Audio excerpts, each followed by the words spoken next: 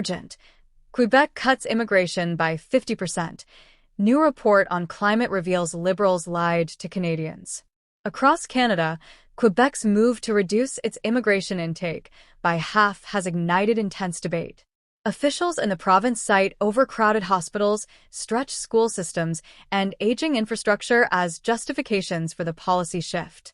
Quebec's leaders are stressing that newcomers must more rapidly integrate into the job market and contribute taxes and services, rather than becoming financial liabilities. The announcement has created friction with the federal government and raised broader questions about Canadian identity and regional autonomy. Other provinces are now watching closely to see whether Quebec's bold stance pays off or backfires. At the same time, a compelling new report from WWF Canada reveals that our forests, peatlands, and soil act as powerful carbon sinks. These ecosystems store approximately 323 billion tons of CO2, equivalent to 25 years of global emissions at 2019 levels, challenging the long-held narrative that sweeping carbon taxes are the only way forward. This natural net zero phenomenon suggests Canada's ecosystems already absorb as much carbon as the country emits annually. As a result, many environmental scientists and policymakers are asking whether the carbon tax remains scientifically justified if our biomes are already doing much of the heavy lifting. For more than 3 years, Mark Carney's Liberal government has emphasized carbon pricing as the centerpiece of Canada's climate strategy. Yet the release of this ecological data spotlights deeper issues. Critics argue that the Liberals obscured or ignored this information, instead using carbon pricing revenue as general government income. That revelation raises uncomfortable questions. Are Canadians more heavily taxed than necessary? Were taxpayers unintentionally funding programs and initiatives unrelated to climate change mitigation? Enter Pierre Poilievre, Conservative leader and outspoken skeptic of carbon taxes. Poilievre has used this moment to highlight Canada's natural strengths, including its woodland and hydroelectric capacity, arguing that clean power sources like nuclear and hydro are underutilized alternatives. He positions himself as a champion of pragmatic, cost-effective climate policy in stark contrast to federal taxation programs. He also promises greater investment in carbon capture and storage, CCS, technology to preserve natural resources while working toward emissions reductions. Meanwhile, Prime Minister Mark Carney, formerly a renowned Bank of Canada governor, faces mounting pressure. During climate forums and public addresses, he must now reconcile climate policy with the new data. Carney has promised greater transparency. He plans to publish a full accounting of carbon tax revenues and their specific uses. In doing so, he hopes to convince viewers that the revenue supports clean infrastructure, Indigenous-led conservation initiatives, and climate adaptation programs across every region of Canada. Quebec's immigration cut is the latest flashpoint in Canadian politics. Provincial Premier François Legault refuses to apologize, arguing that after years of mass immigration, Quebecers deserve a break. Jobs are scarce, rent is skyrocketing, and many families find it impossible to buy a home.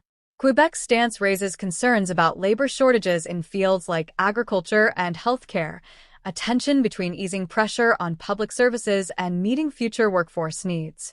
Parallel stories are unfolding in other provinces. In Ontario and BC, housing is increasingly unaffordable for both newcomers and lifelong residents alike.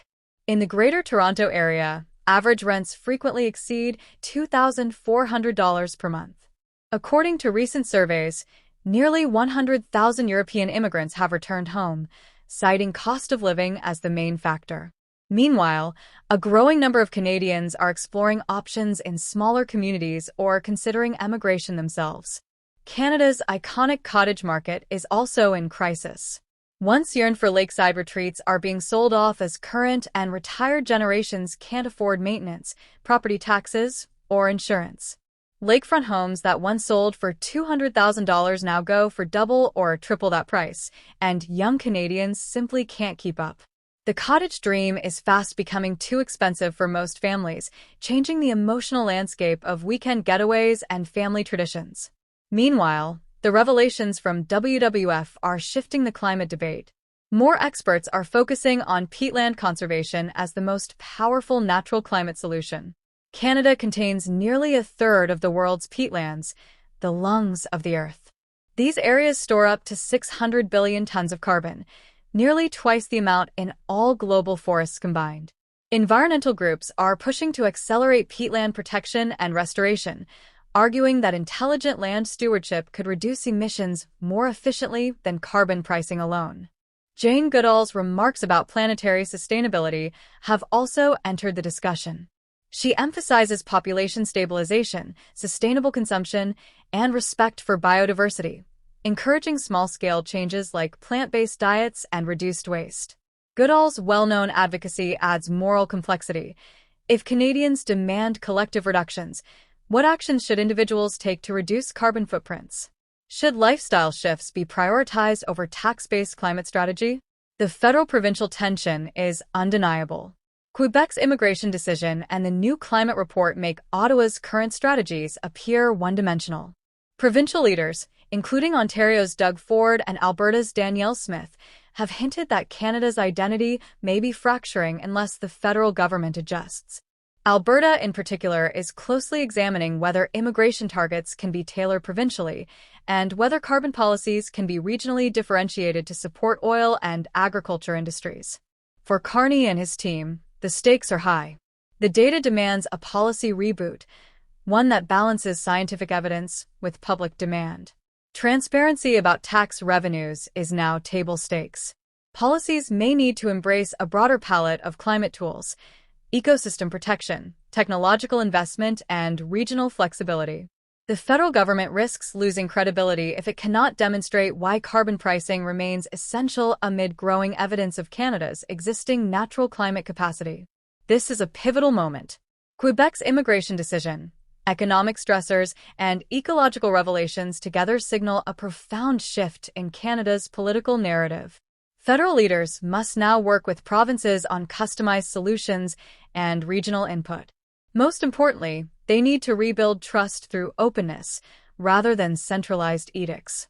A new model of collaborative federalism, one that respects both the science of climate and the realities of housing and growth, is emerging. Canada's future depends on transparency, evidence-driven policy, and provincial voices.